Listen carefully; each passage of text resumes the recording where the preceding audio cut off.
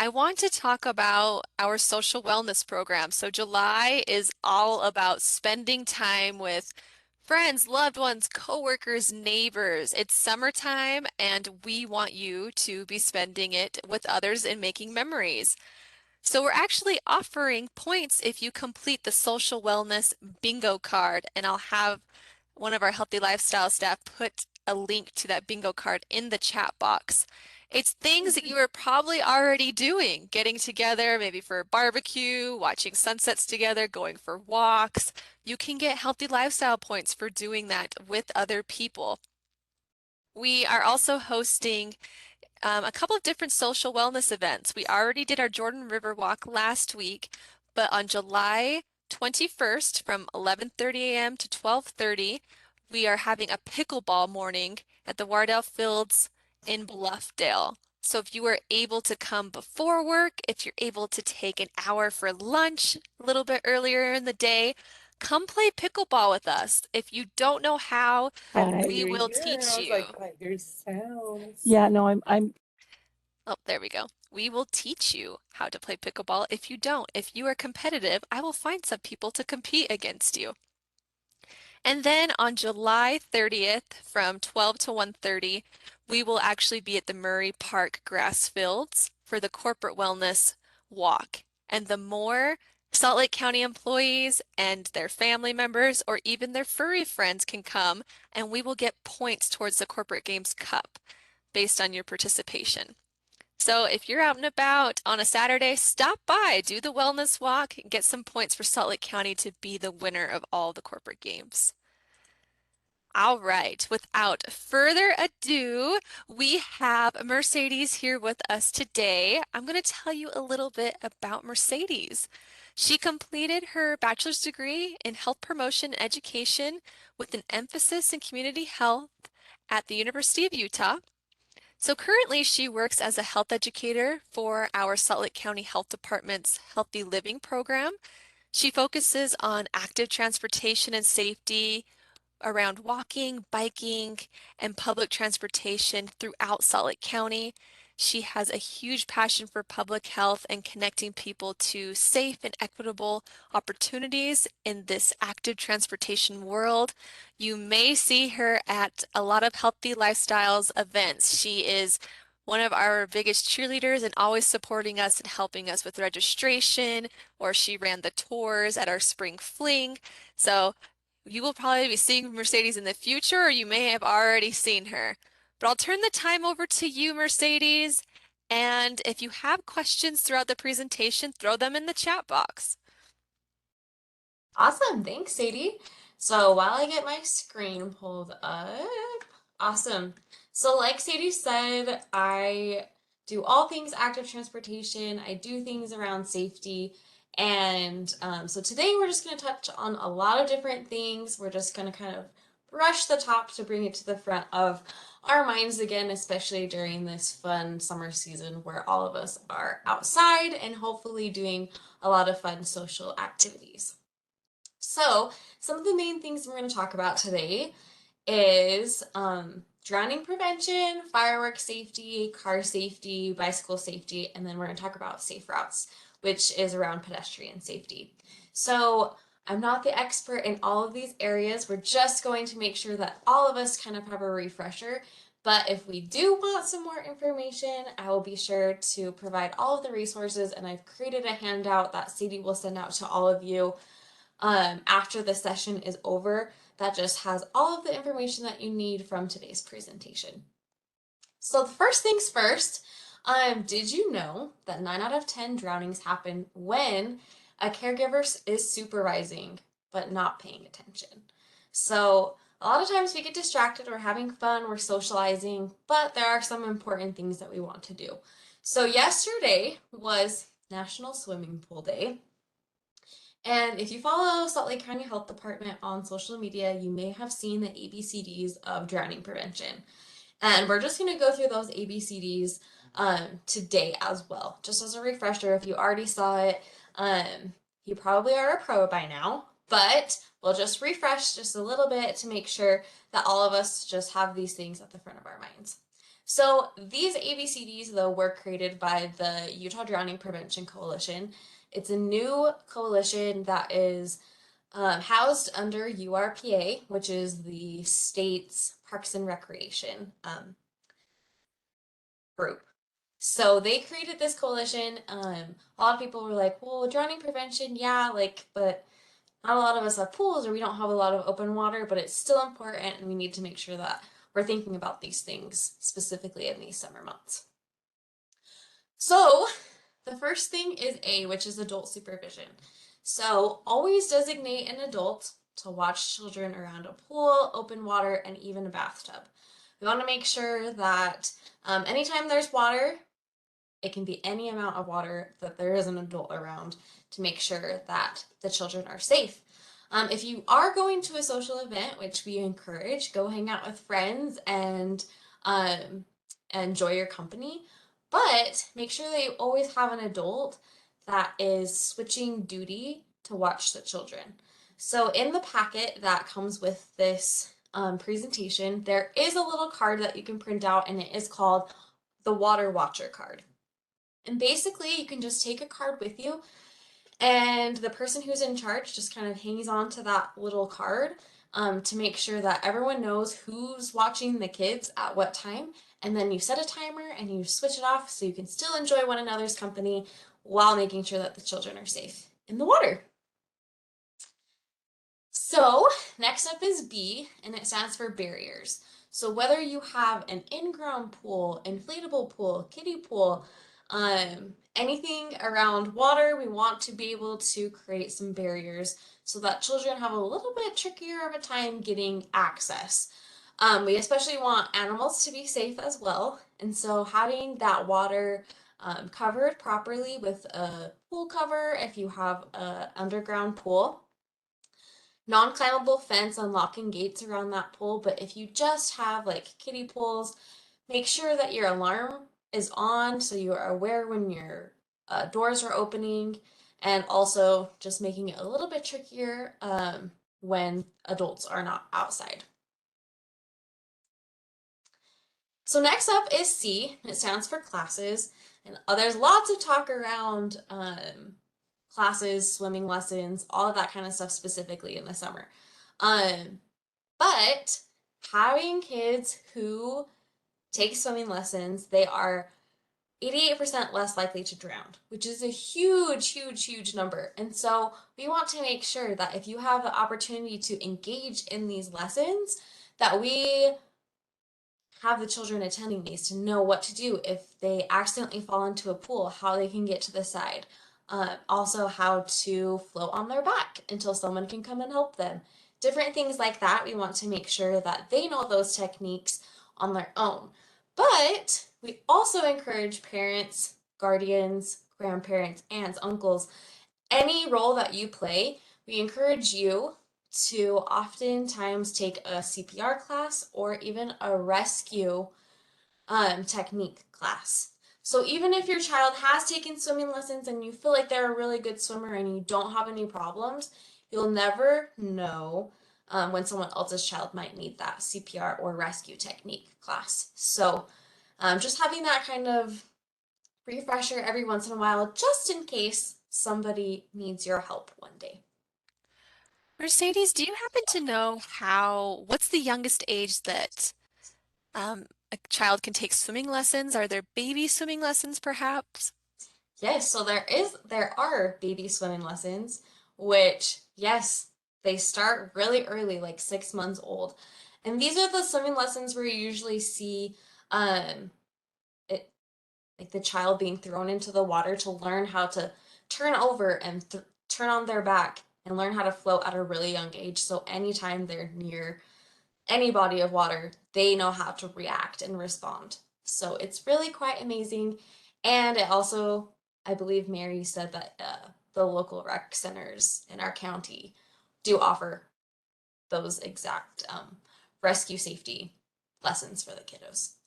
So yes, it's really great. Start them really young, get them familiar with water just so that they're not afraid and that you're not afraid as well. Awesome. And thank you, Mary, for chiming in. because I know that that's very, very useful. Okay, and then the fourth and the last letter is D, and it stands for devices. And so, first of all, we talk about devices in water, and it usually revolves around like a flotation device or a life jacket when in open bodies of water. So if you're headed to Lake Powell, make sure your whole boat has life jackets on. Really no exceptions. But especially for the non-swimmers. Make sure all little kids around any bodies of water have the flotation devices on, just to have an extra precaution. But the other device that we talk about, which you probably don't even think about, is like your phone. A lot of the times we think of devices as like a negative or all of these things, but keeping your phone charged and near where you are at the pool at all times will help. If there is an emergency situation, it will eliminate any delay. So just making sure that you have a phone nearby, you're doing all the precautionary with life jackets and flotation devices. So, before we jump into firework safety, is there any other questions or comments or stories that revolve around drowning prevention that you would like to chime in?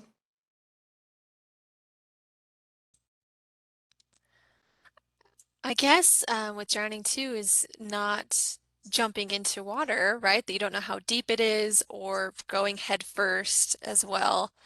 Mary put in the chat, don't get the water wings. Those things are dangerous. I haven't heard that before, Mary. Thank you. Yes.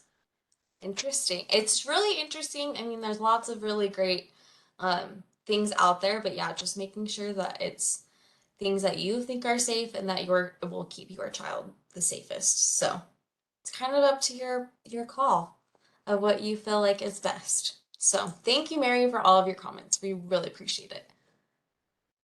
All right, we'll jump into fireworks safety. So, first things first, there's always going to be a did you know before we jump in. 11,500 people were treated in ERs for firework injuries during 2021. So, I mean, this is a national statistic, so some people might say it's fairly low, but still, that's 11,000 people that got injured by fireworks last year. Um, First of all, too, we obviously know that we are in a pretty red zone here in Salt Lake County, where using our own fireworks is limited to the spaces that we can do that. So we're just going to make sure that we go through protocol that if there is an accident, what you should do. First things first, always keep water nearby. This always seems like a given. I teach assemblies in elementary schools, and the kids are like, we already know these things when it comes to bike and pedestrian safety. But same thing with fireworks safety. We know that we need to keep a bucket of water near us.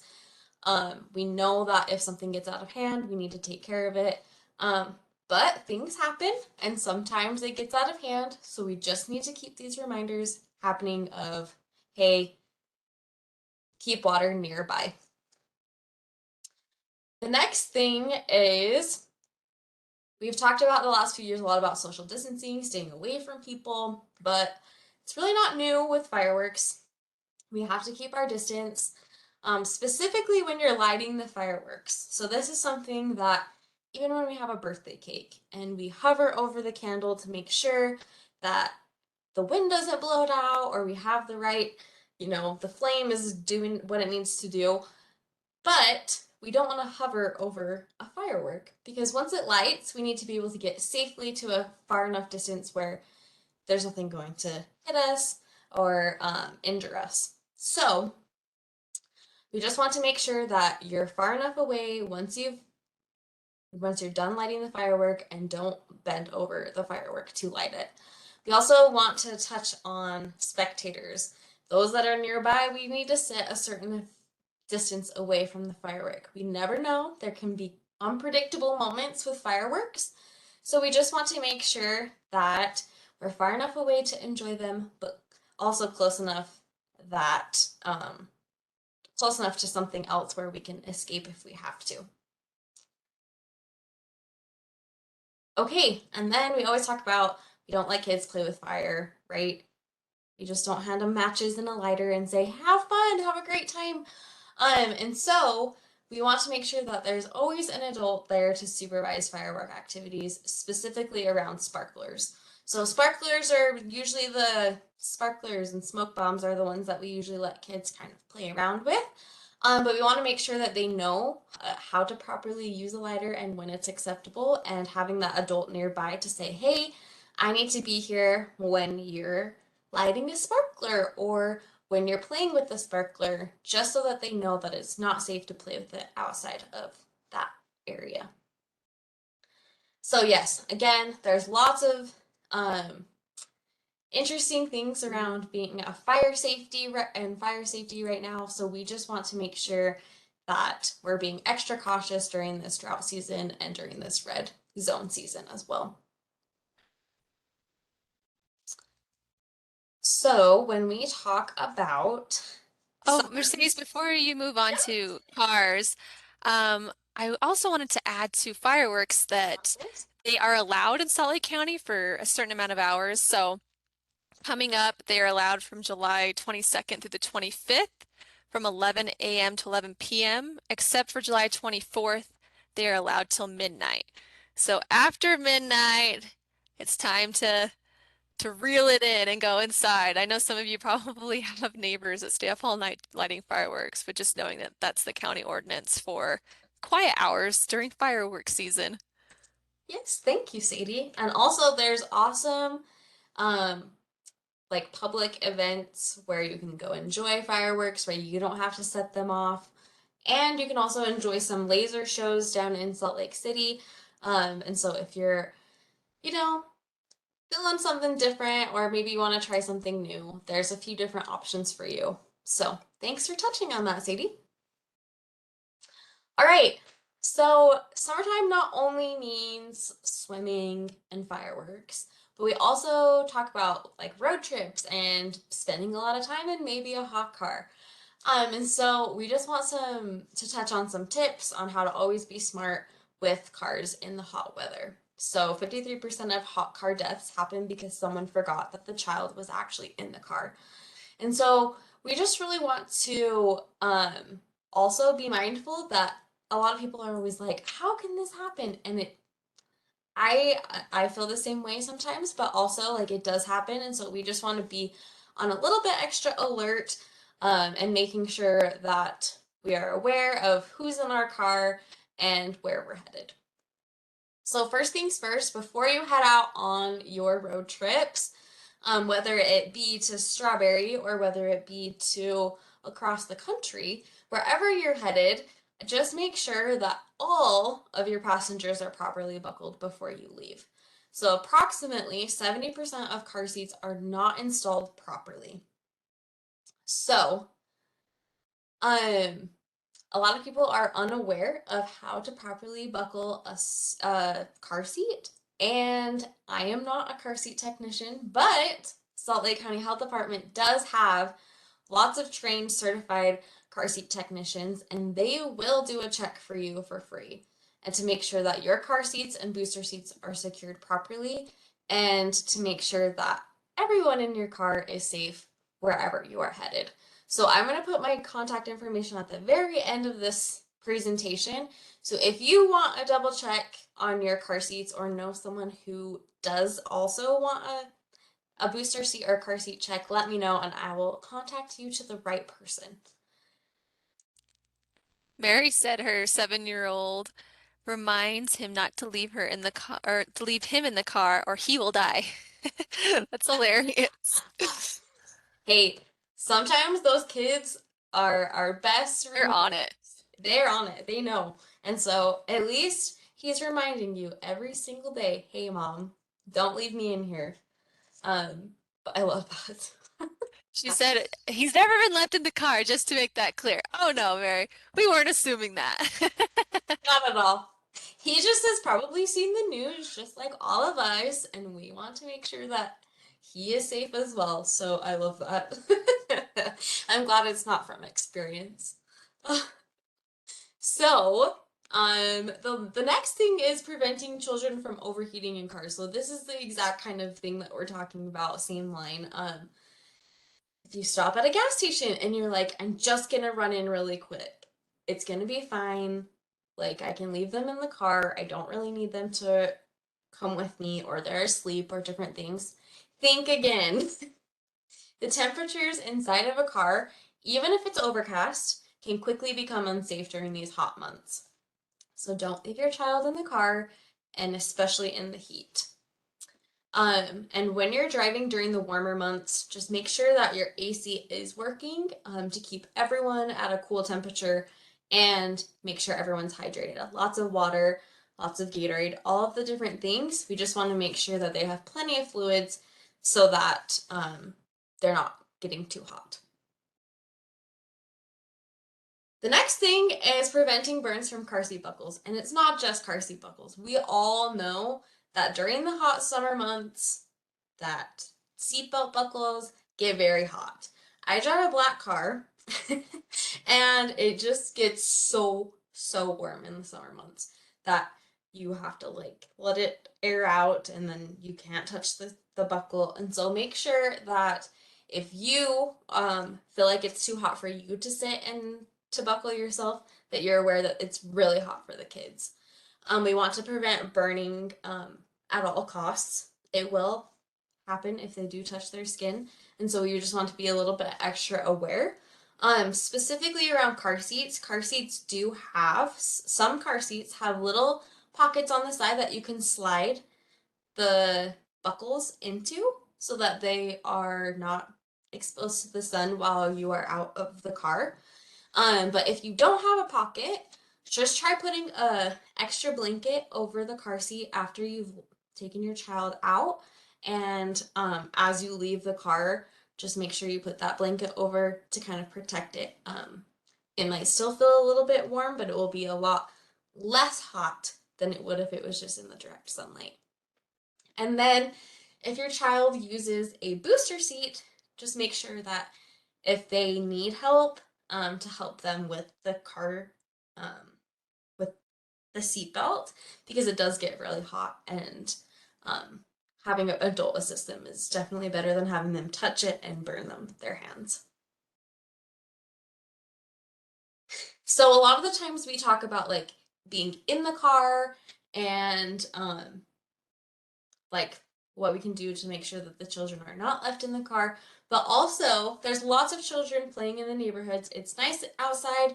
They're doing all of these things. And so we also need to make sure that we are safe when we're backing out and when we're in parking lots. Being extra mindful that kids are out of school, and so they're probably with mom or dad, running around and doing errands. And so we need to be cautious in parking lots to make sure we're looking out for them, and then as we back out of driveways, especially when we're in neighborhoods. So if your car does have a backup camera, be sure to do a quick check around your car, and also let the children that are around where you're at know, hey, I'm going to be backing up. Please stand on the grass, or please stand on the sidewalk, so that once I've backed out, you can continue your game, but I just want to make sure that all of us are safe. So just giving them a precaution. Usually kids are pretty good about it. They know when a car's coming, but we can also do a little bit better to make sure we're doing our part as well. And the last thing on car safety, which a lot of people don't think about, is to keep your vehicle locked. Make sure that even if you are parked in a garage, make sure that your car is locked. Sometimes kids think it's really fun to play in a car. They get curious, they feel like it's fun to play driver, a lot of different things, but it can quickly become dangerous if they accidentally lock themselves in there and they're trapped. And especially during these hot months, if they don't know how to unlock the door for us, they could be in there for an extended amount of time. So we just want to make sure that keep the vehicles locked, make sure that it's not a playground and we don't encourage it to be a playground, and redirect to a different fun outdoor activity. So is there any other questions around car safety, or any experiences or questions? While we're waiting for those questions, I'm going to put in the chat box kind of off topic a little bit, but for car safety, so that you don't leave your pets in the car, Salt Lake County has listed some restaurants that allow dogs on the patio so that they can go out to breakfast, lunch, or dinner with you. So I've shared those if you don't want to leave your dog at home, but you also don't leave them in the car because it's too hot. So I've shared Awesome. that. But any questions, yeah, like Mercedes said about car safety. And all of this applies to your fur babies too, right? We don't want fur babies in the car in the heat either. So I love that. Thanks for sharing that link, CD. If there's no questions, I'll just keep cruising. And if you have extra questions at the end, we will answer those then too. So now we're on to bicycle safety. So did you know that adolescents who bike are 48% less likely to be overweight as adults? So this is a great statistic. We want to make sure that we're focusing on creating healthy habits at younger ages so that they can carry it with them through the rest of their lives. So some things that we want to make sure that we cover though are making sure that they're safe while riding their bikes. So first things first, we always want to wear a helmet and make sure it fits properly. There's no exceptions to this. I'm just riding 2 houses down. We still want to protect your brain and make sure that you are safe, so it could ultimately save your life. We want to make sure that it's also fitted properly. Don't just throw it on because I said there's no exceptions and it's just flailing around. We want to make sure that it actually fits correctly. So I'm going to teach you a few different tips and tricks that I teach at the elementary schools of how to make sure that your helmet fits every single time so that you can throw it on, do a quick check, and be on your way. So, the very first thing is, you probably heard this, it's called the 2-finger rule. So you take your 2 fingers, I always have them make a peace sign first. They take the peace sign and you put it right against your ear on both sides. We want the straps to make a V around your ears to make sure that they're sitting in the right spot, and that will come into play in a minute. So you take those same 2 fingers, you close them together and put them right over your eyebrow. So you want your helmet to be sitting right on top of your head. So when you have your helmet on, there should be 2 fingers between your helmet and your eyebrow to make sure it's sitting right where it needs to be in that sweet spot so that if you do crash, you'll have the ultimate protection. And then you take those same 2 fingers and you can slide them under the chin strap. Some younger children, you might just want to do 1 finger under the chin strap to make sure it's snug enough, but also you don't want it to be like squeezing their head. Tight enough that it's comfortable, but loose enough that it's comfortable, but tight enough that they're safe. So also, if you do get into a car crash or accident and you fall and you hit your helmet, that's what it's there for. But every time that you hit the helmet or you fall with the helmet, it does compress the foam that is in the helmet. And so over time, it'll get less and less and less. What's the word I'm thinking of? It gets less and less productive, and it's not going to save your head anymore. Well, it will, but not as well as it should. So they do say that if you do get into a significant crash, to replace your helmet each time, just so that then that foam is doing its job in protecting your brain.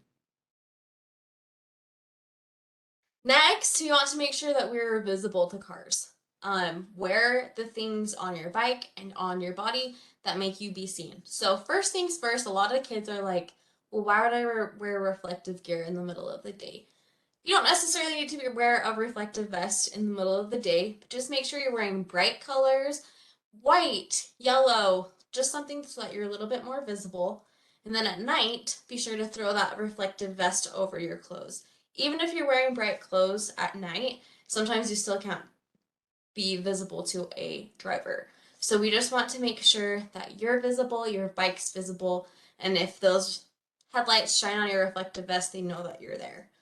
Also, some other things for those who are riding at night to have bike lights and spoke lights, but also bells, so that if you see a car coming, you can ring your bell to let them know that you're coming near them. Okay, and then we always need to be riding focused and alert. It's fun to go on bike rides with your friends. You can chat, but also make sure that you're aware of your surroundings. Know exactly where you're headed. You know the route. Just be a little bit more focused, and specifically if you are going to be riding your bike when around traffic, you definitely need to be a little bit more alert. So you need to really anticipate the things that the other people are going to do before they do it. The quicker that you notice a potential conflict, the quicker you can avoid it. Bikes, scooters, all of these things, they're easier for us to avoid than sometimes if a car can't see us. So if we see something's happening, getting off your bike and maybe taking a different route would be the best choice. If you do choose to engage in active transportation, which means that riding to and from destinations, make sure that you drive with the same flow as traffic. You need to still obey all of the street signs and signals. Just like you were a car, you need to obey the road markings. There are usually bike lanes painted, and if there's not and it says, please share the road, be mindful of cars around you. Be alert and aware of the things that are happening around you, because sometimes drivers are less alert and aware of bicyclists. So we want to make sure that if you do choose that you are the safest that you can be.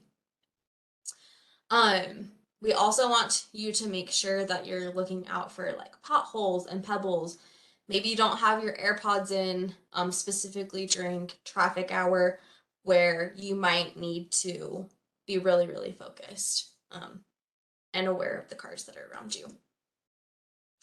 So bicycle safety, there's a lot that kind of comes with that. Also making sure that your bike is properly taken care of.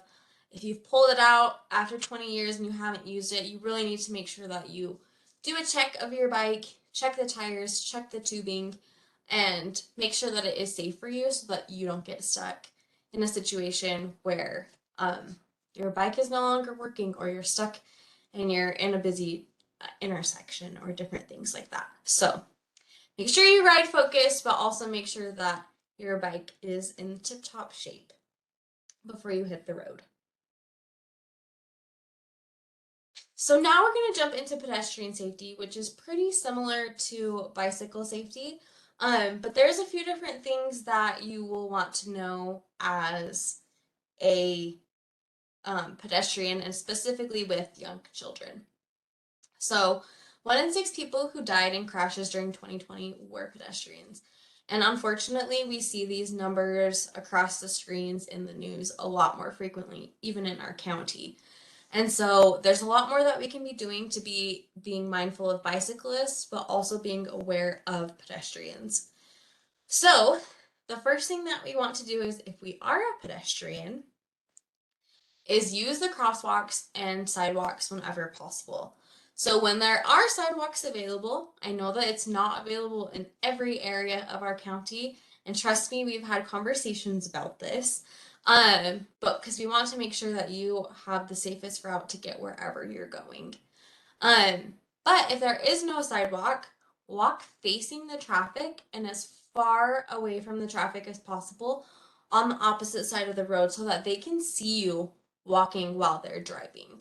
We want to make sure that they're aware of us, they know that there's no sidewalks, and that we're doing our best to be safe, so please look out for the pedestrians on the side of the road. And only cross streets at crosswalks or intersections. So sometimes there are instances where there's like a long distance between crosswalks, and you feel like you should just jaywalk because it's going to save you a lot of time. But the reason that we cross at these specified areas is because cars know that that's where people could be crossing, and so they're a little bit more alert if you're crossing where there's a sign or a flashing light. They know you're going to be crossing in front of them. They know that it's important to slow down with those lights flashing at them. So if we cross in front of a car and they've passed the crosswalk zone and then you're crossing and it's not in a designated area, there's more likely a chance for injury and emergency incidences. So we just want to make sure that we're crossing at the right places and the signage is alerting the cars. Make sure that we teach the little ones to look both ways. We want to make sure that they look left and right and left again and learn that that's what they need to do every single time. Even if a parent is not with them and they're crossing with a crossing guard, we want to make sure that they still look both ways so that they are in habit of looking for cars and other things in the area. We also want to make sure that if parents are with children, that they hold their hand while they cross the entire duration of the crosswalk. We don't want them to be encouraged to run. So some things that is interesting is when I teach safe routes to school assemblies, the children don't realize that if the countdown clock is already flashing, we don't have enough time to get all the way across the street. We have to make sure that we stop and we wait until the next walk sign shows before we start crossing, because then we know that we have enough time to fully cross the street. When we're running and we don't look both ways, there's more possibility for us to get injured. And so we want to make sure that we're crossing with the right lights, we're not running, and we're just being extra aware of the things that are around us. In this active transportation world that I talk about, we just want to make sure that you're as safe as possible and that as we slowly introduce that more people are going to be walking and biking to get to their everyday destinations, we have to make sure that the drivers are also learning along with us. So the safer that we are as pedestrians and bicyclists, the more aware drivers will be of us, and they will know that we're doing our best to be safe, and so they'll look out for us a little bit more. So one thing that I do for my job as well is I am in charge of making sure that communities feel safe when they walk, ride, and roll.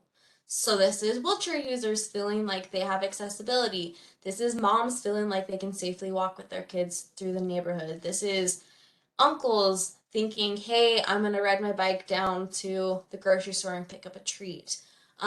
We all have routes that we go, and eventually during the day, each one of us is considered a pedestrian. Whether it's in a parking lot of a grocery store or in our neighborhood, we all do a little bit of walking. And so we want to make sure that having a safe route for all, make sure that you feel like you're safe in your community and that the infrastructure is there and accessible and equitable for everyone to feel safe using it. So if you feel like there is a safety concern, you can reach out to me. Again, at the end of the presentation, you'll have all of my information. But you can reach out to me and say, hey, you know what? This is kind of an area of concern. There's a few different things that we can do. Is I can come out and I can talk to your city leaders and say, hey, there's a concern in this area. Let's go walk it together. Because there's nothing better than boots on the ground, walking, and doing all of these things. So we can walk the community and I can say, hey, you know what? They're right. There is no sidewalks here. How can we make sure that they still feel safe walking this route, even if there's not sidewalks? And we can discuss and have an open conversation. And a lot of your city leaders are wonderful to work with, and they are very open to communities' input. So we want to make sure that we share our findings with the communities, but also bring awareness that we have some issues and we have some improvements that can be made, and make sure that all communities have safe routes to parks and stores and schools.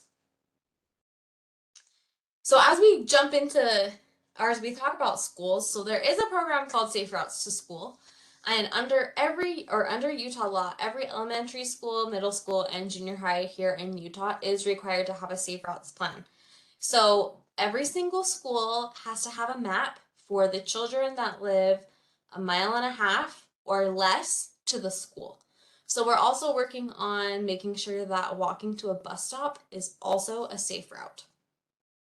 So to be able to find this safe route, I'm going to kind of walk you through the website, but you can also use these exact routes to get you to and from different areas. If you're crossing the same path because there's a grocery store across the street from the school, you can walk the same route and find a crossing walk to then get you to the other side of the street or to get to a park. So this isn't just if you have kids who are elementary and junior high and middle school age. This is something that you can use in your everyday life of someone has sat down and made sure that this is a safe way for you to get to and from your destinations. So first things first, you are going to jump over, there you go. Jump over to saferoutes.utah.gov. So this is our state's Safe Routes to School website. So you can see there's a lot of different things. There's the assemblies, there's education for crossing guards. There's also a walk and roll challenge that if your students walk or bike or roll to school or the bus stop, they can mark the days and they'll get entered to win prizes. It's just an encouragement for them to be able to, get outside and get some fresh air when they are going to and from school. So then you're just going to click on this Find Your School Safe Routes map. And when you click on that, this page will pop up. Basically, you just go in and find the district that you're in, and there's charter schools and private schools as well. And then you pick the school out of that district and just click View Map. It's really, really simple and really user-friendly. So I looked up the school that was in my area, and it shows like this is the school, this is where the buses are dropping off, and then it shows all of the stop signs, where there's a crossing guard, where all of the crosswalks are that they can cross. And it just shows like this simple little route of like, okay, if I live over here, I can walk down this green street to the crossing guard and cross right over to the school. So there's just a little simple way. This school zone is pretty simple. There are some that are a little bit more complex and you have to cross some major roads, but the same thing. They're required to update this every year to make sure that there's crossing guards in the right spot and that kids can get there safely. So it's very, very fun, very user friendly, and very fun to kind of play around with. So definitely check out your local elementary or junior high's map because like I said, it can get you to places that you wouldn't have even thought. This exact route, you can get down to like Smith's Food and Drug, and different things like that. So it just encourages you to get out and walk, bike, or roll to your everyday destinations. So as we kind of wrap things up, here is my information. You can send me an email. You can always call me. You can also send WebEx messages over. And like I stated, Sadie has a handout that she can send out to all of you that goes over all of this information and make sure that you have all of the tips and tricks to make sure that you, your family, your loved ones, your neighbors, everyone is safe, specifically during the summer months. So, is there any other questions or comments that you would like to share?